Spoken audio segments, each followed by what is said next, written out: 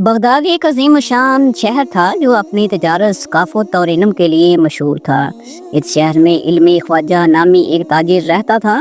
वो मालो दौलत से माला माल था, लेकिन उसकी ज़िंदगी का सबसे नुमायाँ पहलू उसकी दयानतदारी और खुदा तरसी थी। नेक, ईमानदार और दयानतदार था। कारोबारी लेन देन में साफ गोई का मुजाहरा करता था। सखावत और मदद करने में पेश पेश रहता था। जिंदगी का मकसद खुदा की रज़ा और इंसानियत की खिदमत थी। अली ख्वाजा की ज़िंदगी बेहद खुशहाल थी, लेकिन औलाद ना होने की वजह से वो अक्सर दुआ करता कि अल्लाह उसे सब्र और शुक्र की तौफीक दे।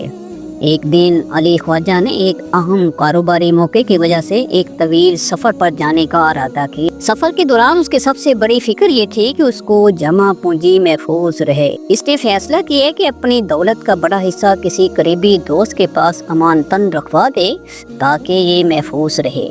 उसने अपने करीबी दोस्त को मुंतखब किया जिसे वो सालों से जानता था। उस पर भरोसा करते हुए अली ख्वाजा ने 1000 दिनार उसके हवाले किए और कहा, ये रकम मेरे लिए बहुत अहम है। जब मैं वापस आऊँगा तो तुमसे वापस ले लूँगा। दोस्त ने वादा किया कि वो इस अमानत को हिफाजत से रखेगा।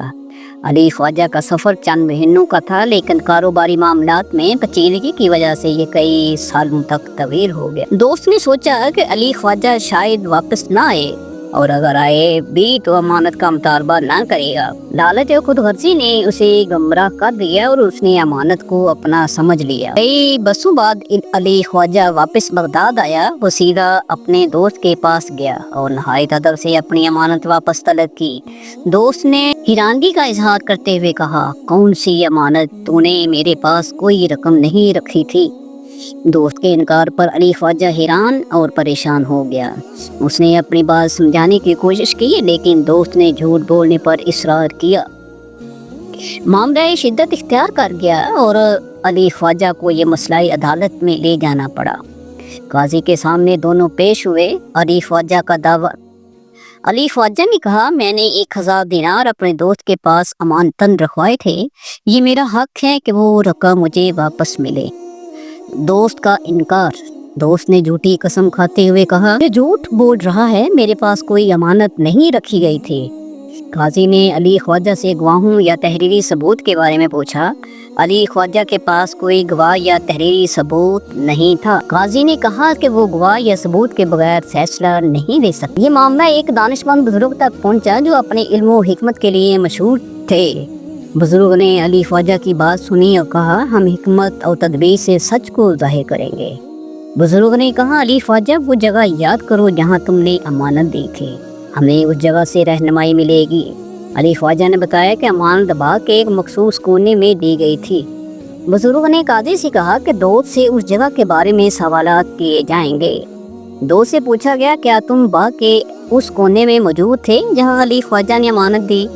दोस्त ने लाजमी जाहिर करने की कोशिश की, लेकिन जल्द ही झूठा साबित हो गया।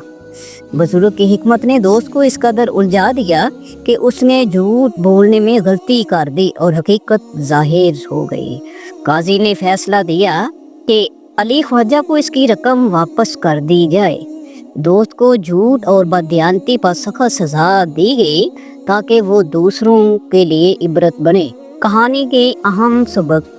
अमानतदारी इंसान की अखलाकी मिराज है। अमानत में खयानत अल्लाह और इंसान दोनों की नाराज़गी का बायस बनती है।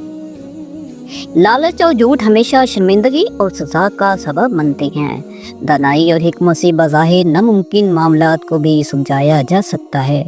आज़माइश में सब्र और अल्लाह पर भरोसा इंसान को कामयाबी की तरफ ले जाता है।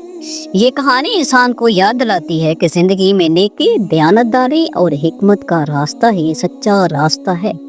झूठ और लालच वक्ती तौर पर फ़ायदे तो दे सकते हैं, लेकिन आखिरकार रसवाई और शर्मिंदगी ही मुकद्दर बनती है।